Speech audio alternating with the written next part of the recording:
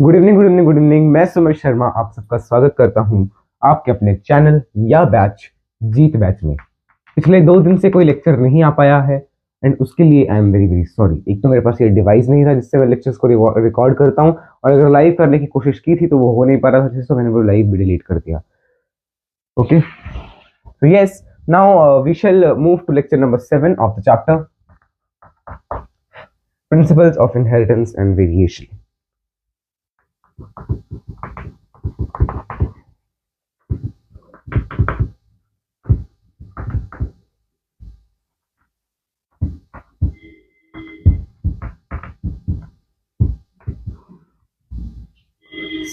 पिछले लेक्चर से स्टार्ट करते हैं चैप्टर को, थोड़ा सा लिंक बन जाएगा।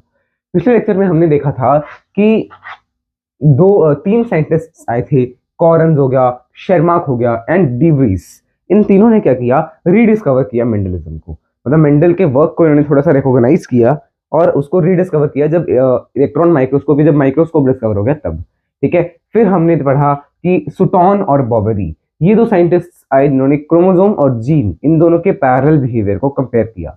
इसमें उन्होंने कहा क्रोमोसोम में इंडिपेंडेंट पेयर इंडिपेंडेंटली असॉर्ट करेगा और जीन में एक पेयर दूसरे पेयर से अलग असॉर्ट करेगा। राइट, तो ये हमने देखा था पिछले लेक्चर में। उसके बाद हमने पिछले लेक्चर में आपको ड्रोसोफिला पे एग्जाम जो वर्क किया, किसने वर्क किया था, मॉर्गन ने ड्रोसोफिला मेलानोगास्टर पे काम करना स्टार्ट किया। तो हम वहीं पे थे और वहीं से आज हम स्टार्ट करेंगे। ठीक है, सो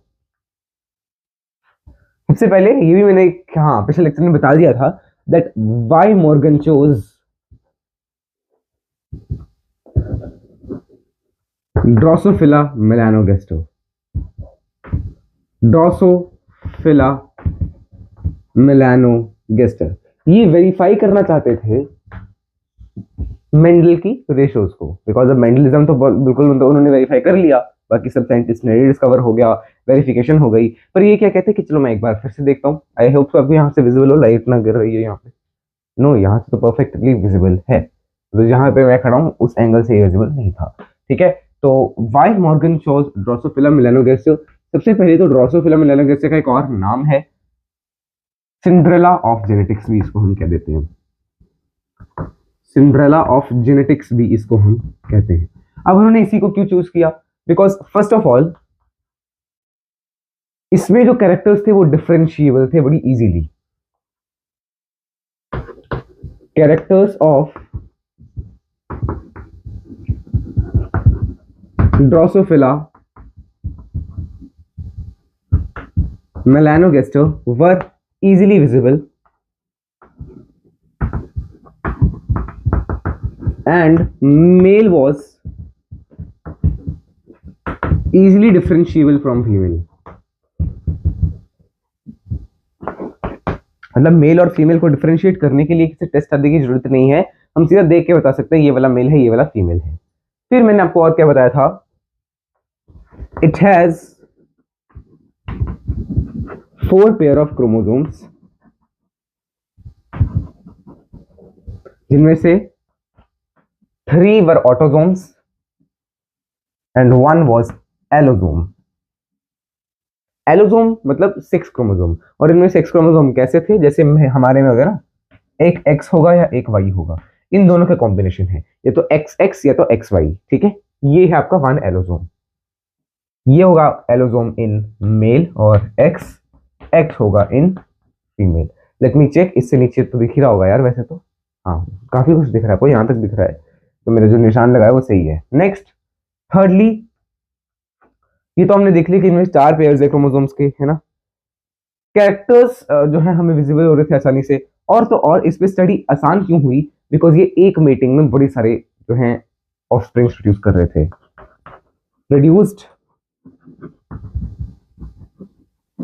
numerous offsprings in a single mating, in a single mating। एक ही मीटिंग में देखो कितने सारे ऑफस्प्रिंग्स आपके प्रोड्यूस हो रहे हैं। ठीक है, फोर्थ, इनका जो लाइफ साइकिल है वो इतना ज्यादा बड़ा नहीं है, स्टडी करो और बस तब तक ही खत्म। So they have a short life, have a short life span. कितना है वो लाइफ स्पैन, आपकी एनसीईआरटी में दिया भी हुआ है, 2 वीक्स, मतलब 2 हफ्ते का इनका लाइफ स्पैन है। और एक प्रोजेनी, एक मीटिंग से हमें कितने सारे ऑफस्प्रिंग्स मिल रहे हैं, ठीक है। और उन ऑफस्प्रिंग्स में हर एक में 4 pair of chromosomes, 3 autosomes, 1 allosome, ठीक है ना। और कैरेक्टर्स जो थे वो कैसे थे, हमें आसानी से विजिबल थे, मेल फीमेल में डिफरेंशिएट हम कर पा रहे थे देख के ही, ठीक है। हमें कुछ स्टडी वगैरह करने की जरूरत नहीं है कि मेल ऐसा फीमेल ऐसा, देख के पता चल रहा है कि मेल कौन सा हो सकता है, फीमेल कौन सा हो सकता है। इसको आप नोट करें, फिर हम आगे चलते हैं। इसके बारे में एक और चीज मुझे आपको बतानी है, जो ये ऑटोसोम्स एलोसोम्स है ना, फिर हम देखेंगे कैरेक्टर्स कौन कौन से स्टडी किए गए। ओके, पहले आप इसको नोट कर लो। Let me have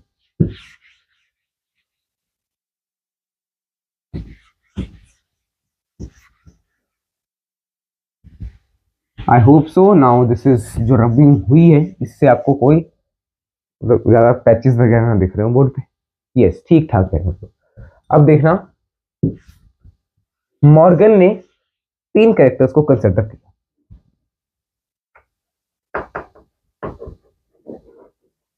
Morgan chose Morgan chose 3 characters which were present on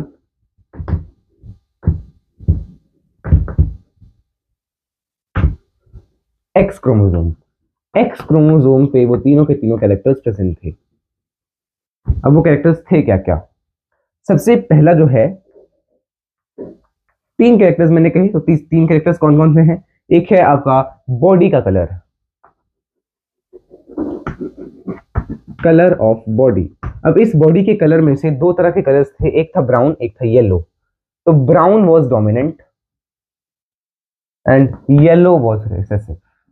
जो रिसेसिव है उसमें हमने सिंपल y लिख दिया, जो डोमिनेंट है उसमें हमने लिख दिया y प्लस। ओके, ये कौन से हैं? डोमिनेंट कह लो या वाइल्ड टाइप यूज होता है, ठीक है। और यहां पे रिसेसिव। ओके जी, color of body we have done. Now next comes color of eye. आंख का कलर कैसा है? या तो ये पॉसिबल है रेड, या तो ये पॉसिबल है white. Again white is recessive, so white में W लिख देंगे और रेड में W प्लस लिख देंगे। Then comes size of wing. इनका जो पंख है वो कितना बड़ा है? या तो वो लार्ज होगा, या तो वो होगा मिनिएचर। मिनिएचर के लिए स्मॉल m, लार्ज के लिए m प्लस, ठीक है। अब इसको आप देखिए और इसको समझिएगा। ये सब उन्होंने कैरेक्टर्स, ये देखो, ये हो गए कैरेक्टर्स, ये हो गए ट्रेट्स। ट्रेट्स में भी ये डोमिनेंट है और ये रिसेसिव ट्रेट्स हैं। अब मैं एक आपके लिए वो बना देता हूँ, एक्स क्रोमोसोम, सिर्फ एक एक्स क्रोमोसोम दिखा रहा हूँ। ये है एक single X chromosome. I hope so it is visible to you. Yes, ये एक्स क्रोमोसोम है और ये क्रोमोसोम है वाई क्रोमोसोम। वाई क्रोमोसोम पे कोई जीन नहीं है इन तीनों में से, मतलब कोई कैरेक्टर नहीं है ना इन तीनों का, बिकॉज इन तीनों के जीन्स जो है वो किसमें है? एक्स में है। देखो, 3 characters present on X chromosome. तो एक्स क्रोमोसोम में ये 3 कैरेक्टर्स हैं। सबसे पहले मैंने मान लिया कलर ऑफ बॉडी, तो यहाँ पे है मान लिया कलर ऑफ बॉडी, यहाँ पे है आपके पास कलर ऑफ आई, और यहाँ पे है आपके पास साइज ऑफ विंग। तो ये है बॉडी कलर, ये है आई का कलर, और ये है साइज ऑफ विंग। एक क्रोमोसोम ये रहा, एक क्रोमोसोम पे 3 लोकस हैं, उन 3 में से कहां कहां पे कौन कौन सा जीन है वो मैंने आपको बता दिया, ठीक है। इसको आप नोट करें, फिर हम आगे बढ़ें। अब उन्होंने क्या किया, उन्होंने कुछ क्रॉसेस किए। आपको पता है क्रॉसिंग ओवर, मैंने आपको बताया था पिछले लेक्चर में। क्रॉसिंग ओवर में क्या होता है, जैसे ये एक क्रोमोसोम, ये दूसरा क्रोमोसोम, मान लो यहां पे है y, यहां पे है y प्लस, ये पेरेंट 1 है, ये पेरेंट 2 है। यहां पे है w, यहां पे भी मान लो, नहीं, यहां पे मान लो w प्लस, यहां पे मान लो w। तो अब इनकी क्रॉसिंग ओवर से हमें क्या क्या मिल सकता है? क्रॉसिंग ओवर मान लिया इसकी हो गई, इसकी क्रॉसिंग ओवर होने से यहाँ पे y प्लस आ जाएगा और यहाँ पे y आ जाएगा। तो एक हमारे पास ये कॉम्बिनेशन हो गया। सेकंड, मान लिया ये तो ऐसे ही रहा, बट क्रॉसिंग ओवर हो गई इन दोनों की। इन दोनों की क्रॉसिंग ओवर से क्या मिलेगा? ऐसा मिलेगा। देखो, तो क्रॉसिंग ओवर क्या है? चेंज ला देती है एक उसके जेनेटिक कंपोजिशन में, ठीक है ना। तो वही हम देखेंगे कि क्रॉसिंग ओवर भी हम कंसिडर करेंगे इनके क्रॉसेस बनाने में। जब हम इसके क्रॉस बनाएंगे तो हम क्रॉसिंग ओवर को कंसिडर करेंगे। मतलब ऐसे है कि सेम लोकस वाली जीन्स जो है वो एक्सचेंज हो सकती हैं। ऐसा थोड़ी हो सकता, देखो ऐसा थोड़ी होगा, यहाँ पे y है यहाँ पे w है तो ये इसके साथ एक्सचेंज ना, इट इज नॉट पॉसिबल। तो सेम लोकस ही नहीं है इनका। क्रॉसिंग ओवर किस में होती है? होमोलोगस पेयर के नॉन सिस्टर क्रोमैटिड्स में। ओके चलिए, आई hope so it is okay, it is clear. तो इसकी भी मैं एक बार फोटो खींचता हूं और इसको मिटाता हूं। हाँ जी, तो हम कुछ क्रॉस बना रहे हैं जो कि मॉर्गन ने अपने टाइम पे बनाए थे, और उनके जो एक चाइल्ड नहीं वो एक स्टूडेंट थे, एल्फ्रेड सुटरबॉर्न, उन्होंने उन क्रॉसेस में से कुछ ना कुछ निकाल कर एक उन्होंने थ्योरी दी थी। तो उन्होंने उसको फॉर्मुलेट कर दिया था थोड़ा सा एक रिटन फॉर्म में। ठीक है, अब हम देखते हैं मॉर्गन्स क्रॉसेस।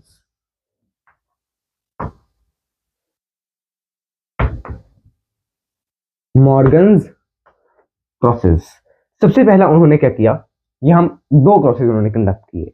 अच्छा, पहले हमने कौन कौन से देखे थे? क्रोमोसोम कैसा बनाया था? एक्स क्रोमोसोम, यहाँ पे था वाई, यहाँ पे था डब्ल्यू, यहाँ पे था एम। वाई डब्ल्यू पास पास में है और एम दूर है, ठीक है,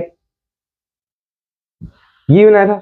तो पहले उन्होंने क्या किया, वाई डब्ल्यू मतलब कि कलर ऑफ बॉडी जो कि येलो ब्राउन हो सकती है, और कलर ऑफ आई, इन दोनों को कंसिडर किया। ठीक है, तो ये मैंने क्या बना दिया, पेरेंट बना रहा हूं यहां पे मैं, पेरेंट जनरेशन। ये एक क्रोमोसोम, ये दूसरा क्रोमोसोम, दोनों के दोनों क्रोमोसोम्स हैं एक्स क्रोमोसोम। मतलब ये जो पेरेंट है ये क्या है, फीमेल है। सेकंड, मेल में एक एक्स क्रोमोसोम होगा और एक होगा वाई क्रोमोसोम, एक्स और वाई। आई होप से इतना लाइट लाइट लिख रहा हूं क्या मैं ज्यादा? नहीं, it's properly visible because of this light today. देखो, मैंने मान लिया फीमेल रिसेसिव है, ये और ये और ये दोनों क्रोमोसोम्स एक्स हैं तो दोनों पे जीन्स होंगे। मैंने मान लिया कि ये रिसेसिव है, तो रिसेसिव को हमने कैसे लिखा था, येलो और वाइट, तो वाई डब्ल्यू आएगा यहाँ पे। ये आ गया आपके पास Y W, Y W. Next, ये मैंने मान लिया कि वाइल्ड टाइप है, ठीक है, डोमिनेंट है। तो इस पे तो कोई क्रोमोसोम होगा नहीं, बिकॉज ये तो वाई क्रोमोसोम है, तो वाई क्रोमोसोम पे कोई जीन होगा नहीं ना जो हमने कंसिडर किया ना। तो यहाँ पे क्या होगा, वाई प्लस डब्ल्यू प्लस। मतलब क्या है, जो मेल है वो कैसा है, Y plus means brown, W plus means red. Brown body, red eyed, red eyed, brown colour की बॉडी थी और रेड कलर की आईज थी। यहां पे येलो कलर की बॉडी थी और व्हाइट कलर की आईज थी, ठीक है। तो आप लिख लेना येलो बॉडी व्हाइट आईज, ठीक है। अब इनके बीच में हमने क्या करवा दिया, क्रॉस करवा दिया। अब माना इसमें से फीमेल में से, यहाँ पे मैं फीमेल का साइन थोड़ा ऊपर करके बनाता हूँ बिकॉज ये प्लस लग रहा है, ये वाला इसका नहीं, ये प्लस नहीं है। फीमेल में से कौन सा जा सकता है, या तो ये जा सकता है या तो ये जा सकता है, दोनों गए, दोनों में से कोई भी जाए, है तो सेम ही उसका जेनेटिक कंपोजिशन। तो मैंने मान लिया कि फीमेल में से कौन सा गया, वाई डब्ल्यू। अब मेल में से दो अलग अलग हैं बिकॉज ये भी अलग ये भी अलग, तो इसके साथ कौन सा जा सकता है, वाई प्लस डब्ल्यू प्लस। अगर मान लो वाई प्लस डब्ल्यू प्लस गया तो ये बनेगी फीमेल। तो ये क्या है, अब देखो ये F1 है और F1 में ये क्या है, फीमेल है। अगर तो वाई क्रोमोसोम चला गया तो क्या बन सकता है, Y plus, sorry Y W है ना फीमेल से, और मेल से क्या आ गया, वाई क्रोमोसोम। तो ये कैसा चाइल्ड है, ये है मेल चाइल्ड। बट अब देखना ध्यान से, ध्यान से समझेंगे, ये हो गई आपकी F1 प्रोजेनी। अब F1 में नॉर्मली क्या होती थी, सेल्फिंग होके F2 लेके आते थे हम मेंडल के प्रोसेस में। ये क्या है, मच्छर होगा, चलो कोई बात नहीं यार, उसकी भी जीवन है।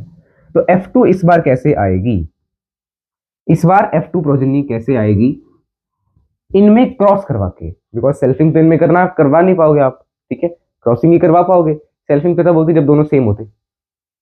So now we will be moving on towards the cross। अब देखना, अब आपके पास कितनी कंडीशंस हैं, वाई डब्ल्यू के साथ चला गया वाई डब्ल्यू, ये क्या बना, मेल बना, सॉरी फीमेल बना, बिकॉज वाई डब्ल्यू के साथ क्या चला गया, वाई डब्ल्यू, एक ऑफस्प्रिंग, वाई डब्ल्यू के साथ वाई डब्ल्यू, वाई डब्ल्यू के साथ ये भी तो जा सकता है, ये तो सेम ही आ गया पेरेंटल वाला। देखो वाई डब्ल्यू के साथ चला गया ये वाला। अभी तो मैंने मान लो क्रॉसिंग ओवर कंसिडर नहीं कर रहे तो क्या F2 है, क्रॉसिंग ओवर ना कंसिडर किए हुए F2 प्रोजेनी क्या बन रही है। ठीक है, यहां से आपको यहां पे क्या मिल रहा है, अब मान लो ये तो मैंने दोनों के साथ ले लिया, ये इसके साथ चला गया, ये इसके साथ चला गया, अब मैंने माना कि फीमेल में से ये वाला गया है, ये वाला गया, तो ये वाला इसके साथ जा सकता है, इसके साथ जा सकता है, Y plus W plus with Y W, तो ये भी क्या होगी, female, Y plus W plus with Y W. इतनी नीचे दिख रहा है क्या जो मैंने वाई डब्ल्यू लिखा, नहीं वाई डब्ल्यू नहीं दिख रहा, तो आप लिख लो, ऊपर करके लिख देते हैं, ये वाई डब्ल्यू, ये है आपके पास वाई, ये है आपके पास डब्ल्यू। ठीक है, यहाँ पे क्या आएगा, इसमें से Y plus W plus Y chromosome, Y plus W, एक मिनट यार,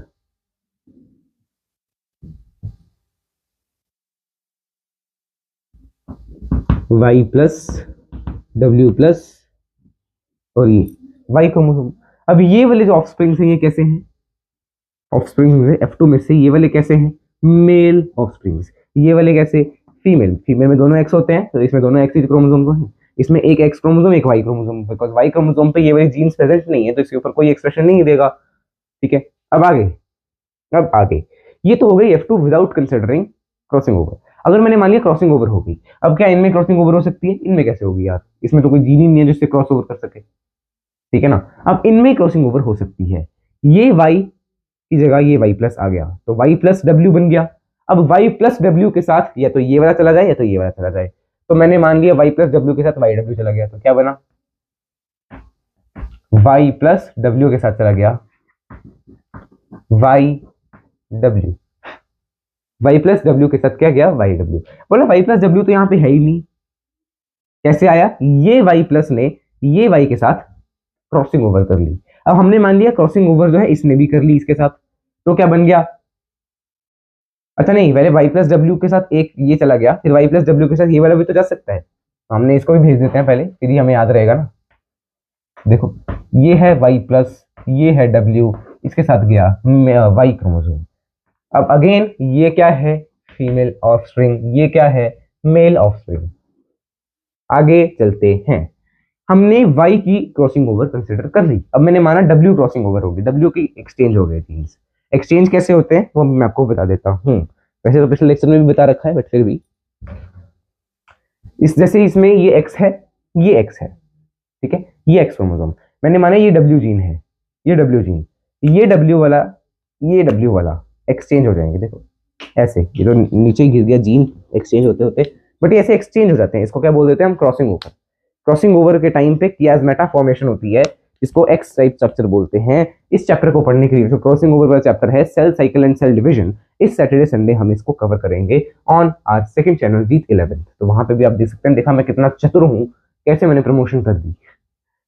कोई बात नहीं, आपका मन हो तो देखिएगा, नहीं तो ना देखिएगा। ठीक है, अब हमने माना कि W प्लस की क्रॉसिंग ओवर हो रही है, तो W प्लस अगर क्रॉस ओवर हो गया, यहाँ पे क्या आ गया, W प्लस, मतलब वाई डब्ल्यू प्लस, और यहाँ पे वाई प्लस डब्ल्यू। तो पहले हम वाई डब्ल्यू प्लस को लेते हैं। अच्छा, वाई प्लस डब्ल्यू अगर आ गया तो वो तो हमने पहले से कंसिडर कर लिया, तो उसको थोड़ी देंगे दोबारा दोबारा। अब क्या है, Y W plus Y W plus. ठीक है, देखना वाई डब्ल्यू प्लस, इसके साथ ये वाला चला जा सकता है, ये वाला, तो वाई डब्ल्यू प्लस के साथ वाई डब्ल्यू भेज दो पहले, वाई डब्ल्यू, और फिर भेज दो आप वाई क्रोमोसोम। तो ये भी आपकी F2 ही जनरेशन है, इसको आप इसके नीचे बनाना, बट यहाँ पे नीचे जगह नहीं, तो मैं कैसे दिखाऊं। ठीक है, F2 का कंटिन्यूएशन। अब ये कब है, जब आपके पास क्या है, आपने क्या लिया, क्रॉसिंग ओवर को कंसिडर किया। अब क्रॉसिंग ओवर कंसिडर करने के बाद क्या आपको इनमें से कोई ऐसा दिख रहा है जो पेरेंटल की तरफ, अब इनके पेरेंट्स कौन से हैं, F2 वाले, क्या इनके जैसा कोई दिख रहा है आपको, देखो Y W Y plus W plus कहीं दिख रहा है क्या, यहाँ नहीं, वाई डब्ल्यू तो है पर वाई प्लस डब्ल्यू प्लस नहीं है, जबकि यहाँ पे जरूर आया वाई डब्ल्यू और वाई प्लस डब्ल्यू प्लस। ठीक है, तो ये आपके पेरेंटल हैं, पेरेंटल टाइप हैं, पेरेंटल टाइप। और ये बिल्कुल नए हैं, किसी भी पेरेंट के साथ, 4 साल के पेरेंट्स आपने देखे, किसी के साथ भी मैच नहीं कर रहा। देखो YW कहीं ना कहीं तो पेरेंट है, YW और वाई क्रोमोसोम, YW और वाई क्रोमोसोम ये भी पेरेंट है, Y+W+ और वाई क्रोमोसोम ये भी पेरेंट है। मतलब ये पेरेंटल टाइप ही आपको मिल गया। और ये वाले जो है ये है आपके पास रिकॉम्बिनेंट्स। क्या है ये? रिकॉम्बिनेंट्स। और रिकॉम्बिनेंट्स आपको कब देखने को मिल रहे हैं? जब क्रॉसिंग ओवर हम कंसिडर कर रहे हैं। सो एक्चुअली क्या है, इस क्रॉस में मेंडल जो मॉर्गन ने क्या देखा कि जो पेरेंटल टाइप है वो है 97.8%। ठीक है, 97.8। You can see what is this number, कितना ग्रेट नंबर है पेरेंटल टाइप का। अब पेरेंटल टाइप कैसे आ रहे थे? पेरेंटल टाइप आपको कैसे मिल रहे हैं? पेरेंटल टाइप आपको कैसे मिल रहे हैं? जब आपने क्रॉसिंग ओवर नहीं ली तो 98.7 है यार। ठीक है, जब आपने क्रॉसिंग ओवर नहीं की तब आपको मिल रहे हैं। मतलब क्रॉसिंग ओवर से ना होने से पेरेंटल टाइप ज्यादा आते हैं। हमने तो जब कंसिडर करी तो हमें रिकॉम्बिनेट्स मिले, और एक्चुअल में ये रिकॉम्बिनेट्स कितने होते हैं? इसको 100 में से घटाओ 1.3%, देख लो एक्चुअल में रिकॉम्बिनेंट्स कितने कम है इन नेचर। ये तो नेचर में परसेंटेज दिखा दी कितनी कितनी है। ठीक है, तो इसका पता चला कि इन दोनों में लिंक क्रॉसिंग ओवर हो ही नहीं रही। मतलब बिकॉज अगर होती तो ये भी ज्यादा आते, दैट मीन्स क्रॉसिंग ओवर हो ही नहीं रही। This shows that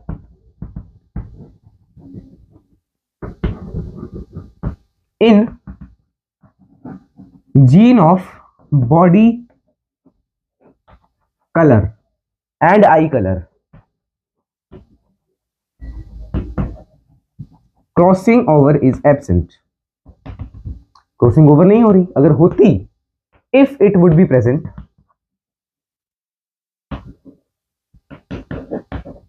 comma it's result.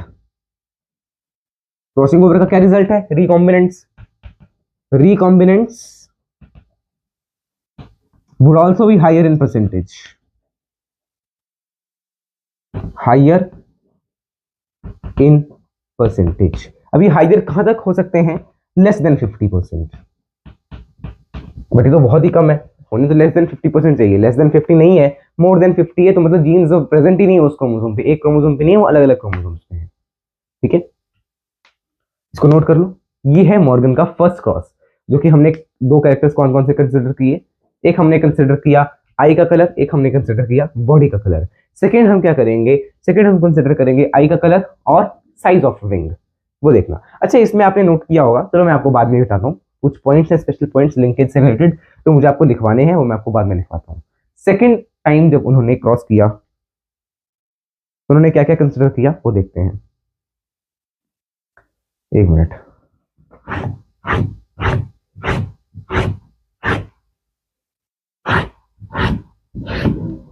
Wait कर लो। ओ माय गॉड, वो आजा छोरे, पढ़ ले यार।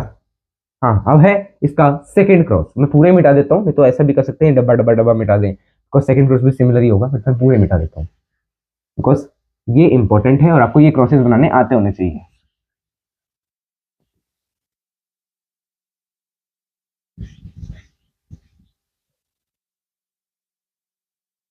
अच्छा, इससे आपको और क्या पता चला?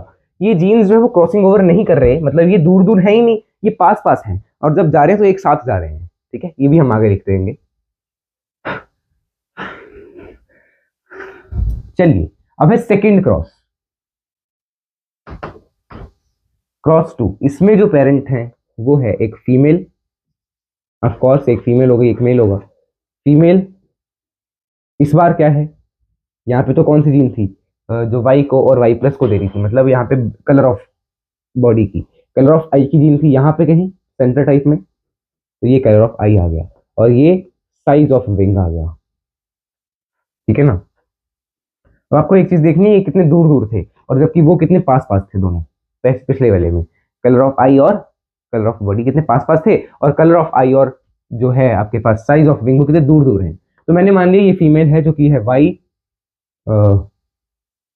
W m, मतलब अगेन हमने कैसी फीमेल ली है? रिसेसिव फीमेल कंसिडर करी है। एंड इसका अगर मैं फिनोटाइप लिखूंगा तो फिनोटाइप क्या होगा,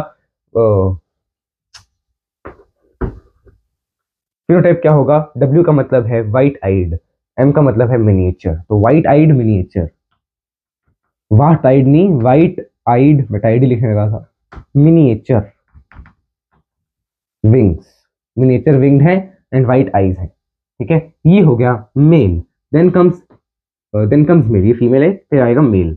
मेल में एक आपके पास है एक्स क्रोमोसोम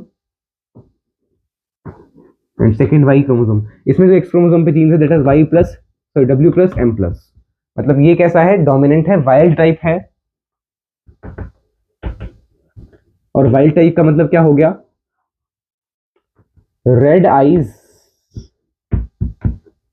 लार्ज विंग्ड, लाल आंखें हैं और बड़े विंग्स हैं, छोटे विंग्स नहीं है, ठीक है।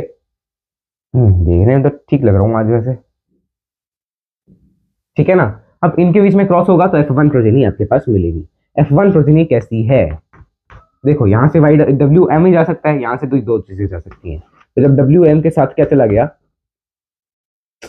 यार इनकी लोकेशन थोड़े गलत बना दे रहा हूं मैं हर बार, डब्ल्यू एम के साथ चला गया डब्ल्यू प्लस और एम प्लस, ये डब्ल्यू प्लस है, ये एम प्लस है, तो ये क्या होगा, ये क्या होगा, डब्ल्यू एम के साथ W plus M plus female होगा। फिर डब्ल्यू एम के साथ फीमेल में से तो यही जा सकता है मेल वाला, यानी कि वाई वाला आ गया, ये मेल बन जाएगा। ये क्या है, ये है मेल, ये क्या है, ये है फीमेल। अब बनाएंगे हम क्या, F2 प्रोजेनी, अब बनाएंगे हम क्या, F2 प्रोजेनी। F2 को भी आपको ध्यान से देखना है, F2 प्रोजेनी देखना। F2 के लिए ये दोनों पेरेंट्स हैं, ये दोनों पेरेंट्स हैं, WM के साथ ये भी चला जा सकता है, WM के साथ ये भी चला जा सकता है। तो पहले मैंने वही पेरेंटल टाइप बना लिए, जो पेरेंटल टाइप मुझे मिलेंगे, WM के साथ चला गया, मतलब विदाउट क्रॉसिंग ओवर, WM के साथ क्या चला गया, WM। देखो क्या ये पेरेंटल टाइप है, हाँ ये तो पेरेंटल टाइप ही तो है। F2 में क्या है, ये वाले मैं बना रहा हूं पेरेंटल टाइप वाले,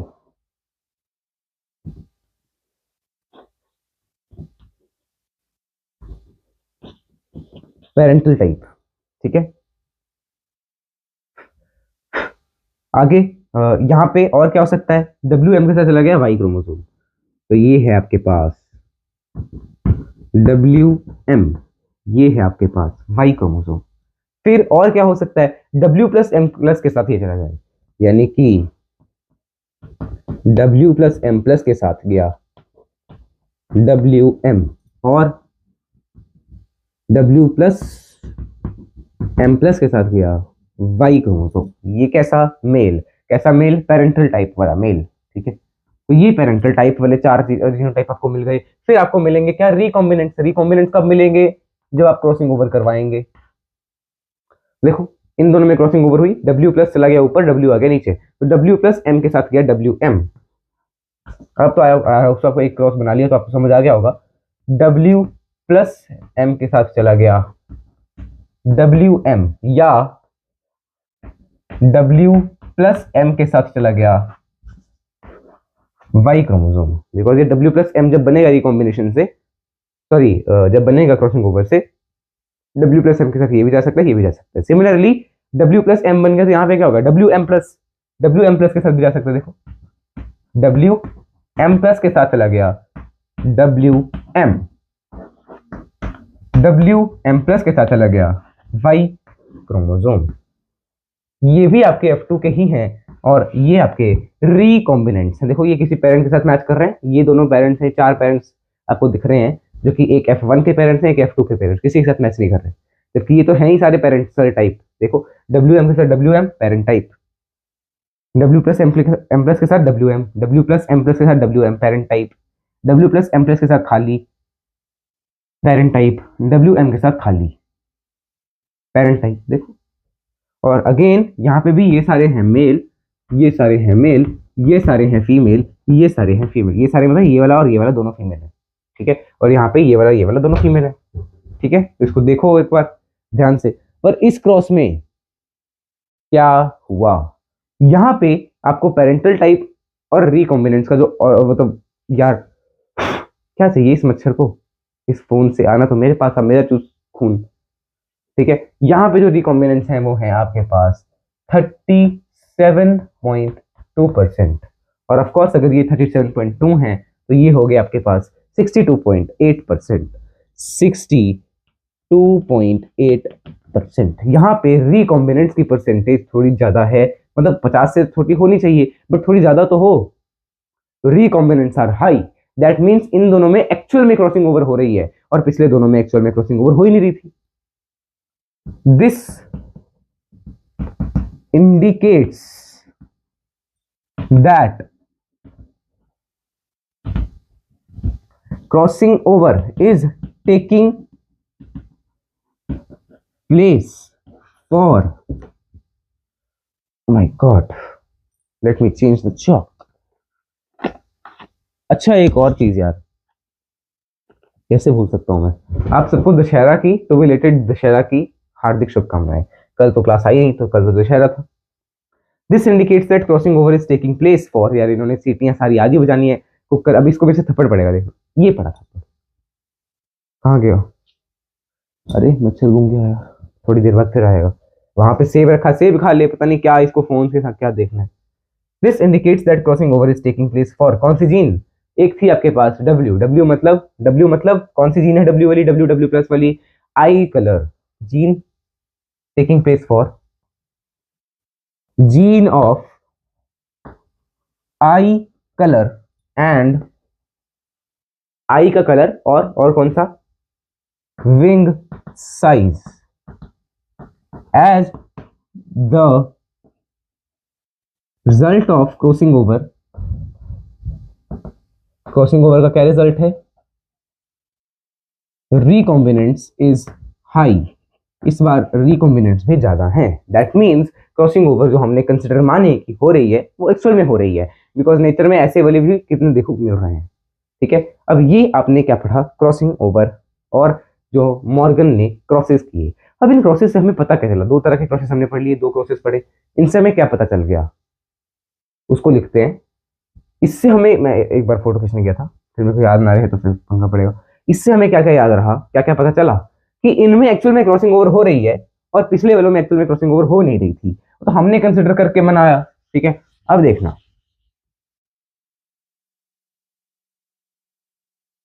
ऑब्जर्वेशंस या conclusions from these crosses, in crosses से हमें क्या क्या कंक्लूजन देखने को मिला।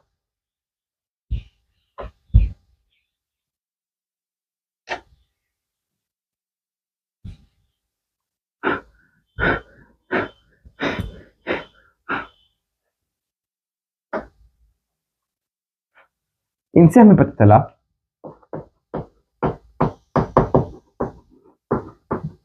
क्रॉसिंग ओवर इज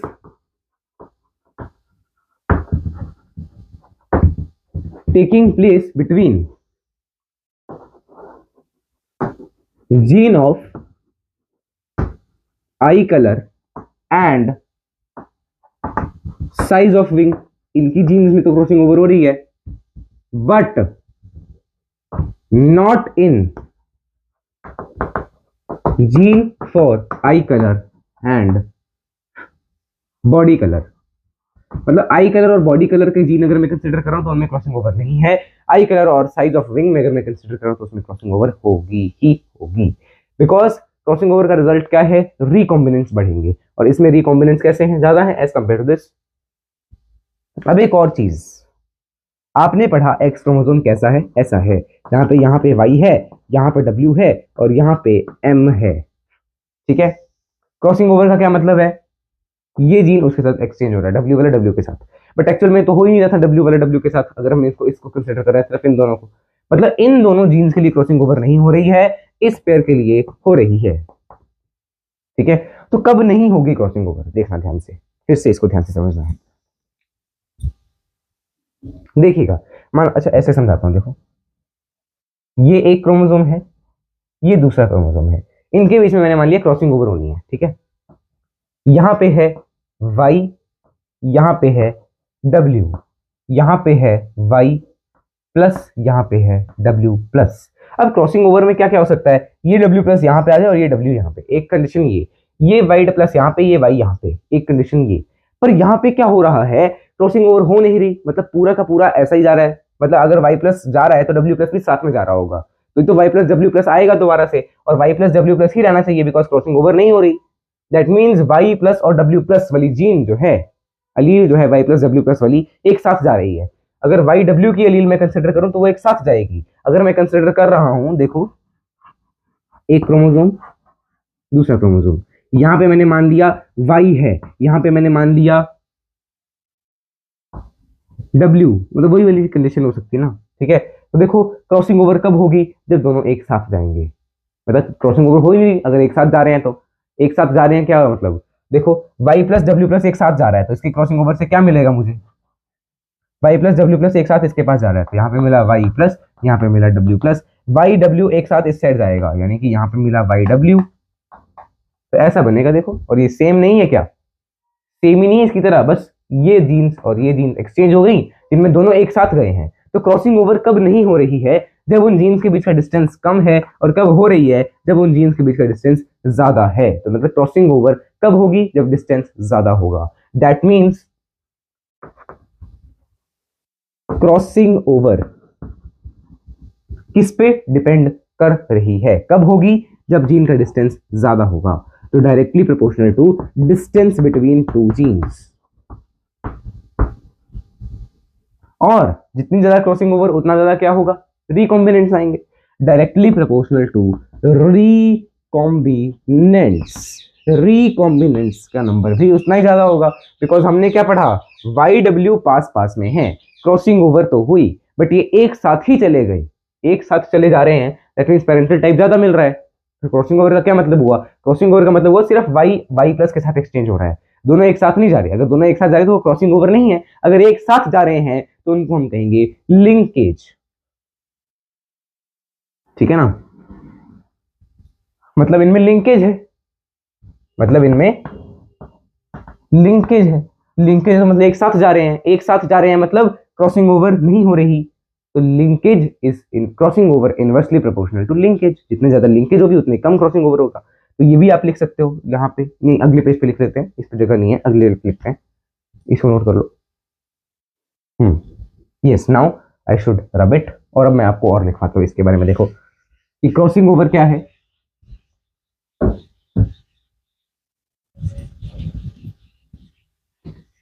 दो पॉइंट्स तो हमने यहीं पे देख लिए regarding the crossing over.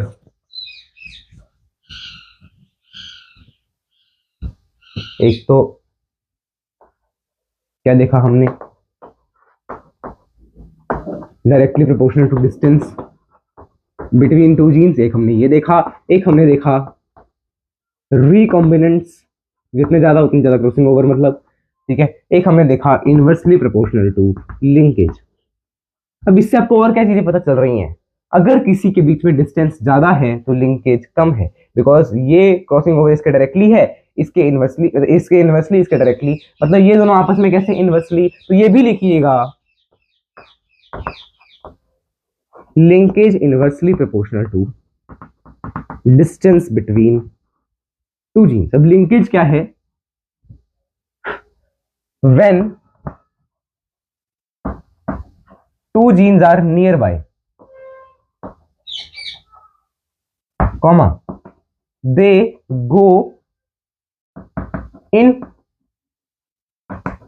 Crossing over together only, एक साथ ही जा रहे हैं मतलब अलग अलग नहीं हो रहे, do not get separated, separate नहीं हो रहे। तो इससे हमें और क्या पता चला, linkage distance between two genes पे डिपेंड कर रहा है, जितना ज्यादा लिंकेज उतने कम उनका डिस्टेंस होना चाहिए।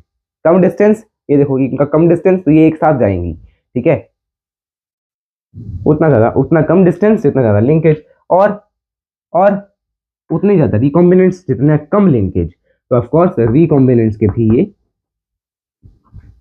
इनवर्सली प्रोपोर्शनल है और क्रॉसिंग ओवर के डायरेक्टली प्रोपोर्शनल। सॉरी। हाँ तो देखो लिंकेज जितनी ज्यादा रिकॉम्बिनेंट्स उतने कम मिल रहे थे, लिंकेज ज्यादा मतलब क्रॉसिंग ओवर कम, क्रॉसिंग ओवर कम मतलब रिकॉम्बिनेंट्स कम। क्रॉसिंग ओवर कम मतलब डिस्टेंस बिटवीन दो जीन्स कम। ठीक है, इसको नोट करिएगा, ये बहुत इंपॉर्टेंट है। और एक चीज लिख लीजिए, linkage was first observed in sweet pea, first observed in sweet pea. Sweet pea में सबसे पहले लिंकेज जो है वो देखी गई थी। ठीक है, अच्छा जितनी ज्यादा लिंकेज उतने ज्यादा क्या मिलेंगे आपको, पेरेंटल टाइप, तो ये भी लिख लो। ठीक है, if recombinants are more than 50%, अगर 50% से ज्यादा है, that means the genes are on separate chromosome।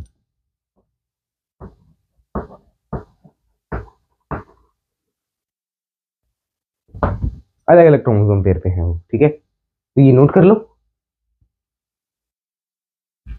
इसको आप नोट करें और जल्द से जल्द इसको लिखें।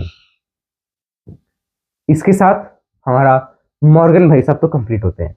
अब मॉर्गन के, जैसे मैंने आपको कहा, एक स्टूडेंट है, उन्होंने क्या किया, रिकॉम्बिनेंट्स देखे किसमें ज्यादा किसमें कम, उससे उन्होंने कुछ मैप बना लिए, क्रोमोसोमल मैप, जिनको हम जेनेटिक मैप जिनको हम कहते हैं। ठीक है, तो उनके बारे में आपको ज्यादा जानने की जरूरत नहीं है।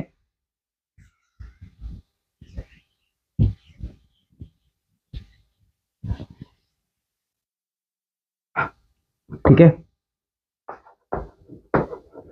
One of the student of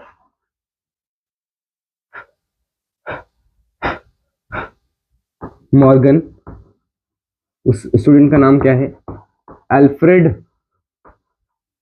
student, designed some genetic maps on the basis of recombinants etc। कितने रिकॉम्बिनेंट्स, जितने रिकॉम्बिनेंट्स, जैसे मैंने आपको बताया, रिकॉम्बिनेंट्स ज्यादा है मतलब डिस्टेंस भी ज्यादा है। ठीक है ना, रिकॉम्बिनेंट ज्यादा मतलब क्रॉसिंग ओवर ज्यादा, क्रॉसिंग ओवर ज्यादा मतलब डिस्टेंस ज्यादा है। ठीक है ना, तो उन्होंने इसके ऊपर उन्होंने कुछ जेनेटिक मैप्स बनाए। अब genetic maps are useful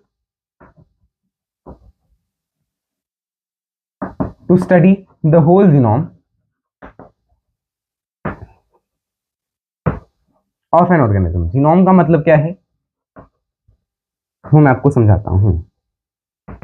genome का मतलब है, जैसे हम में 46 क्रोमोसोम्स हैं जो कि आपस में सिमिलर हैं, तो 23 अलग हैं, 23 अलग, मतलब 23 का पेयर है ना, तो ये 23 पेयर और ये 23 पेयर सेम होंगे। तो हमने अगर 23 के एक पेयर, 23 के एक को पढ़ लिया, 23 के एक सेट को पढ़ लिया, दैट मीन्स हमने पूरा जीनोम स्टडी कर लिया। जीनोम मतलब कोई एक सेट पढ़ लिया तो दूसरा सेट खुद समझ आ जाएगा।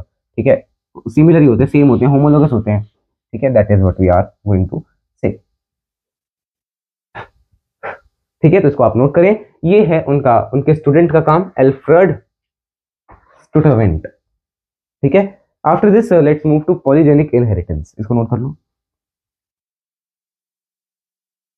आई hope so you have noted it down. Start करें क्या, polygenic inheritance.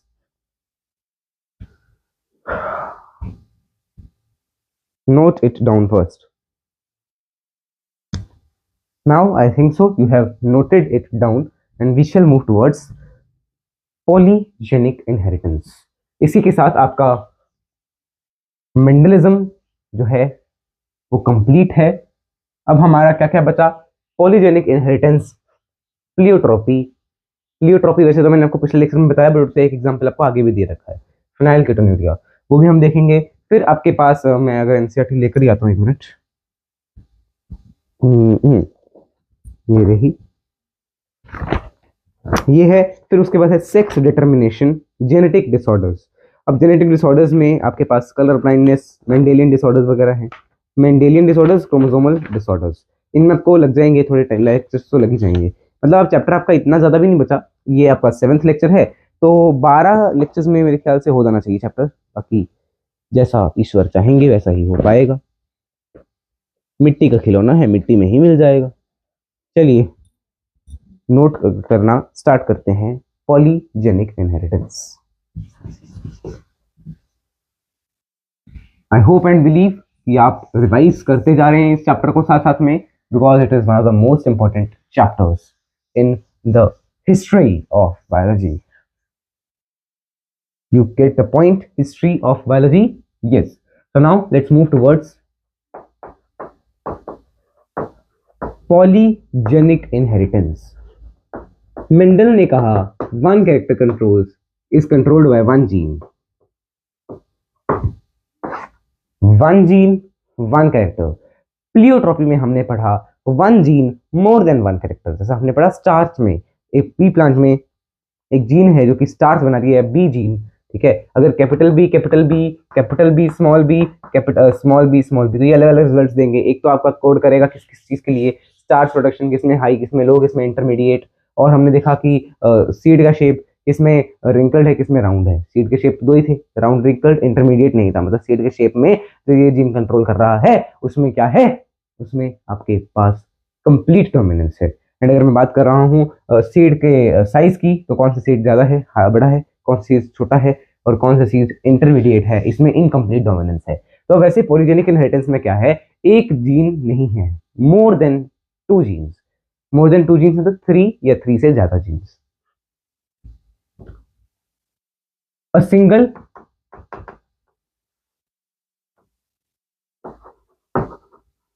Character is controlled by more than या by 3 or more genes. 3 या 3 से ज्यादा जीन्स जो है वो सेम कैरेक्टर्स को कंट्रोल करती हैं. इसके एग्जांपल है आपके पास स्किन का कलर या हाइट ऑफ ऑर्गेनिज्म. अब देखो पी प्लांट की हाइट का तो एक ही जीन था, ठीक है ना. अब बोला 3 या 3 से ज्यादा क्यों, 2 जीन क्यों नहीं, बिकॉज 2 जीन को हमने देख लिया ना यार, 2 जीन स्टडी कर लिया हमने, ठीक है. डाई हाइब्रिड क्रॉस में देखा नहीं, बट इसमें ये 3 जीन्स एक ही चीज को कोड कर रहे हैं, उसमें वो दोनों जीन्स अलग अलग चीज के लिए कोड कर रहे थे. ठीक है, फॉर एग्जाम्पल जैसे हमारी जो एनसीईआरटी में दिया है वो स्किन कलर के बारे में थोड़ा डिटेल में बताया हुआ है. पहले आप इसके बारे में कुछ और पॉइंट्स लिख लीजिए. Graph of polygenic inheritance.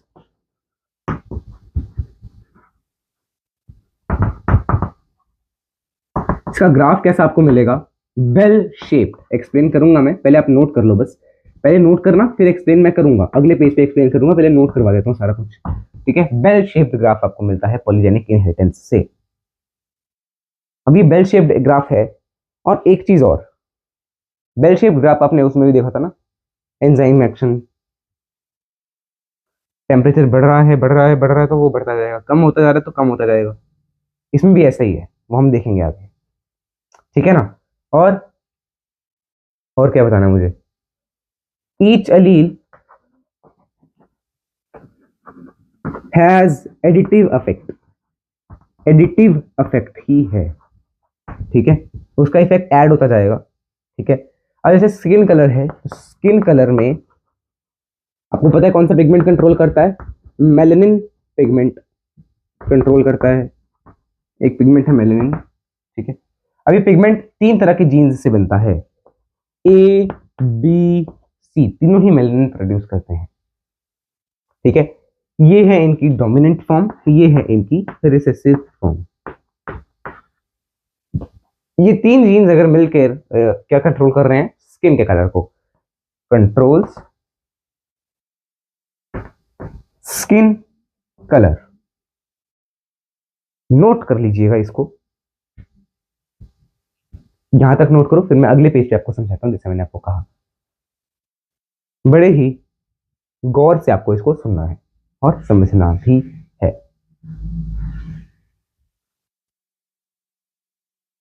अगर ये 3 जीन्स कंट्रोल कर रहे हैं एक उसको फिनोटाइप को, तो एक कैरेक्टर के फिनोटाइप को ये जो है रेगुलेट कर रहे हैं, तो फिर इनमें क्या क्या कॉम्बिनेशन प्रेजेंट हो सकते हैं, इन तीनों जीन्स में किस तरह के कॉम्बिनेशन हो सकते हैं. बड़े ही गौरपूर्वक ध्यानपूर्वक इसको आप सुनिएगा. कितना गंदा लग रहा है अब बोर्ड, ये आप कमेंट में बताएं. देखना, अरे मेघना नहीं, देखना.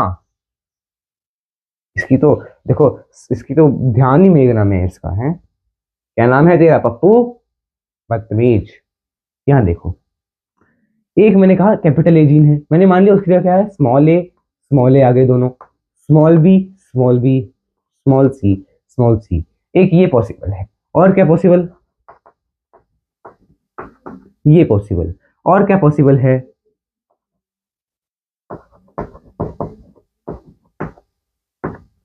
स्मॉल बी स्मॉल सी, तो कैपिटल सी एक आ जाए और एक आ गया स्मॉल सी, बाकी सारे स्मॉल। एक तो ये पॉसिबल, और क्या पॉसिबिलिटी है, दो जीन्स में दो कैपिटल आ जाए, मतलब अभी तो हमने देखा एक एक कैपिटल है, अब दो दो कैपिटल देख लो। दो कैपिटल का एक और कंडीशन हो सकती है, दो कैपिटल की एक और कंडीशन हो सकती है, ये कैपिटल सी है यार, small a capital B capital C small c, ये हो गए दो दो कैपिटल, दो कैपिटल पास वाले, दो कैपिटल दूर वाले, और फिर से दो कैपिटल पास वाले, यही हो सकता है कैपिटल में। और मान लो कि एक ही जीन के दो कैपिटल आ गए, देखो एक आपका ये पॉसिबल, एक आपका ये तीन पॉसिबल है, और ये जिनमें एक नहीं दो दो कैपिटल है। एंड थर्डली और क्या हो सकता है, capital A capital B capital C तीनों कैपिटल, ठीक है। फिर छह एलील्स हैं, छह में से चार एलील्स कैपिटल है मान लो, वो चार कैसे हो सकती हैं, कैपिटल ए कैपिटल बी एक दो तीन और चार एलील्स, देखो चार कैपिटल है। नेक्स्ट और क्या हो सकता है, capital A capital B capital C small c, इसमें भी चार कैपिटल, और चार कैपिटल का और क्या कंडीशन हो सकती है,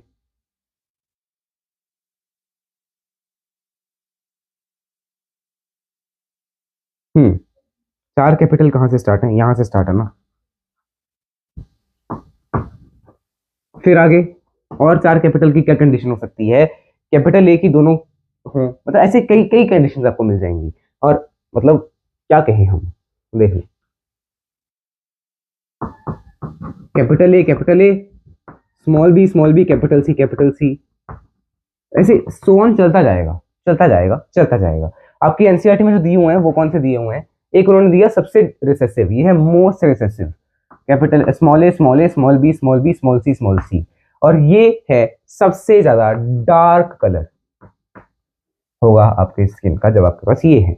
अब अगर मैंने माना ये आ गया या ये आ गया, इनका कलर सेम ही होगा, approx same colour, but not too dark not too light, light तो होगा ही बड़ा कम इनमें, डार्क ही होगा ज्यादा, ठीक है। ये भी डार्क ज्यादा होंगे बिकॉज इनमें भी ज्यादा क्या है, रिसेसिव है। यहाँ पे आपका डोमिनेंट एक ज्यादा आ गया, देखो ये है आपके पास इंटरमीडिएट फॉर्म, यहाँ पे जितने रिसेसिव उतने ही डोमिनेंट, ये आपके रिसेसिव कम हो गए, इसमें थोड़ा सा लाइट कलर आ गया, और थोड़ा लाइटर कलर और लाइटर कलर जाएगा, तो ये सेम होंगे ना, जिनमें चार अलील्स हैं डोमिनेंट वाली वो सेम कलर देंगे, इस तरह से है। तो इसका कहने का मतलब क्या था, जैसे जैसे एक एक जीन बढ़ता जा रहा है, देखो एक जीन बढ़ा डोमिनेंट का, एक जीन बढ़ा डोमिनेंट का, दैट मीन्स थोड़ा थोड़ा लाइट कलर हो रहा शुरू हो रहा है डार्क से। इसका मतलब हर एक जीन का क्या इफेक्ट है, एडिटिव इफेक्ट है। ऐसा नहीं है कि कैपिटल ए कैपिटल बी, मतलब मान लो यहाँ पे मैंने क्या किया कि एक आपके पास डोमिनेंट है, नेक्स्ट मैंने क्या किया, दो डोमिनेंट कर दिए, तो ये इससे ज्यादा लाइट होगा बिकॉज इनमें दो डोमिनेंट है, इसमें एक डोमिनेंट वाला क्या होगा, एक डोमिनेंट मतलब ज्यादा रिसेसिव है, ज्यादा रिसेसिव मतलब डार्क है, ठीक है। और हमने पढ़ा capital A capital B capital C कैसा, इंटरमीडिएट कलर। फिर हमने पढ़ा capital A capital B capital C, यह है लाइटेस्ट कलर या fairest person, most fair colour, ठीक है, स्किन का कलर मोस्ट फेयर है। इसको आप देखो, नोट करो जरा, इसको जल्दी से जल्दी, ओए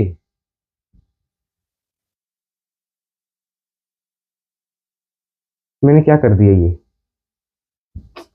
ओ यार ध्यान से देखना, मेलेनिन जो है वो कलर को कंट्रोल कर रहा है, तो ये मेलेनिन प्रोड्यूस करेगा, ये मेलानिन प्रोड्यूस कर रहा है, मतलब डार्क कलर दे रहा है। मैंने यहाँ पे लाइट बता दिया होगा आपको, ठीक है, नहीं डार्क ही बताया था, बट सुनो इसमें आपको कंफ्यूजन हो गई होगी, यहाँ पे ये चीज गलत लिख दी है हमने।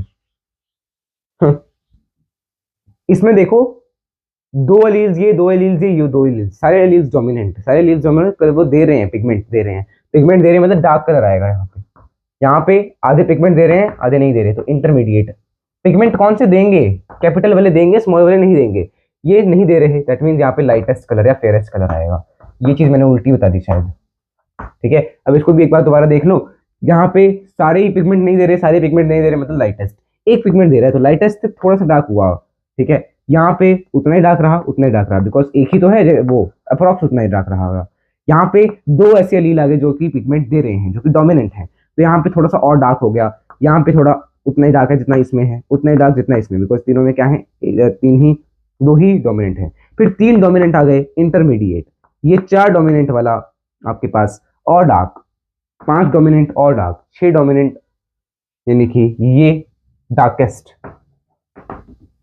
ये चीज है। यहाँ पे मैंने थोड़ा सा उल्टा बता दिया होगा, तो उसको आप थोड़ा सा माफ करना। आज के लिए इतने रखते हैं, एक बार एनसीईआरटी रीडिंग हम देख लेते हैं।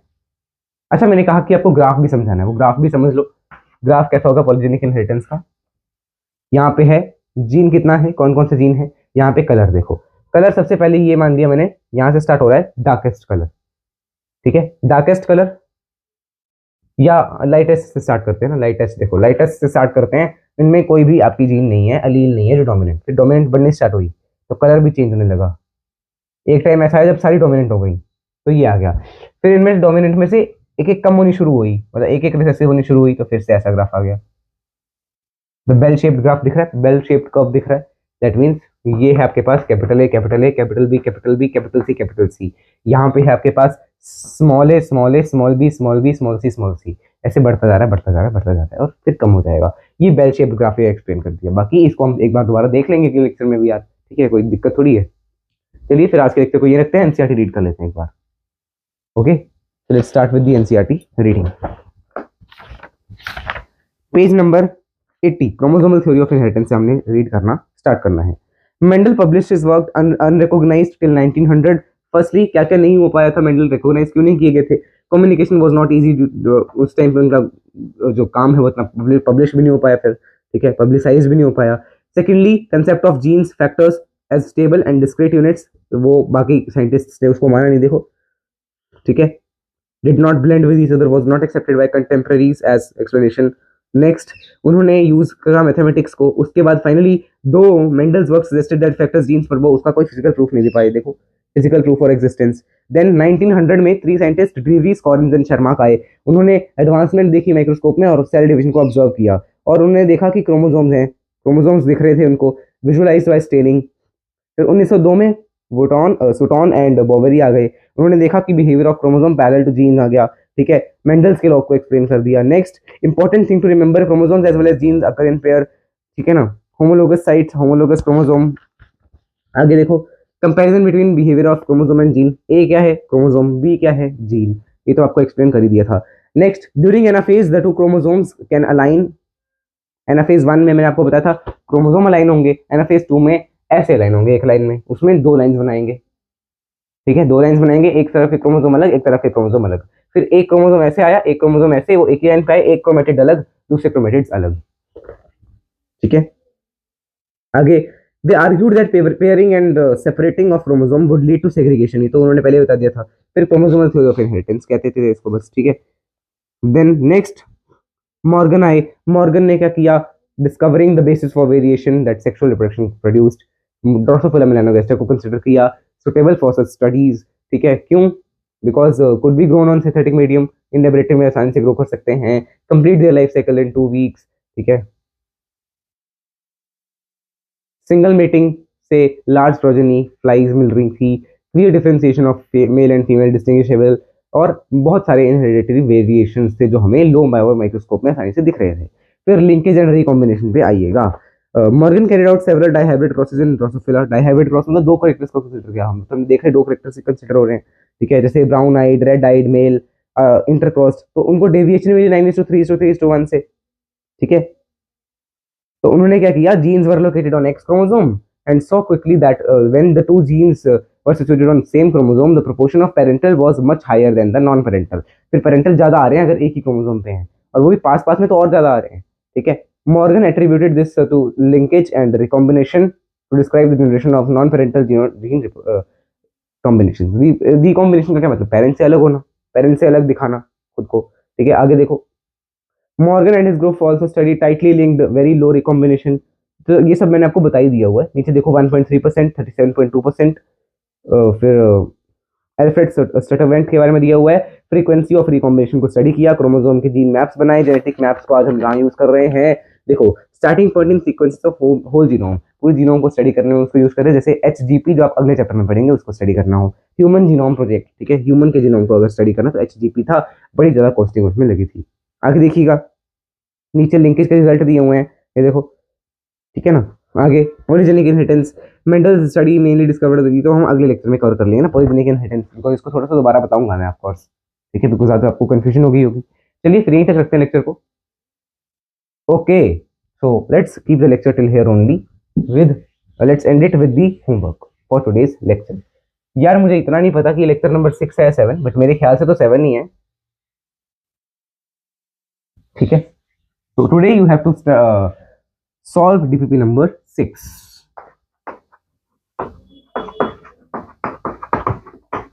This is your homework. Revise the whole chapter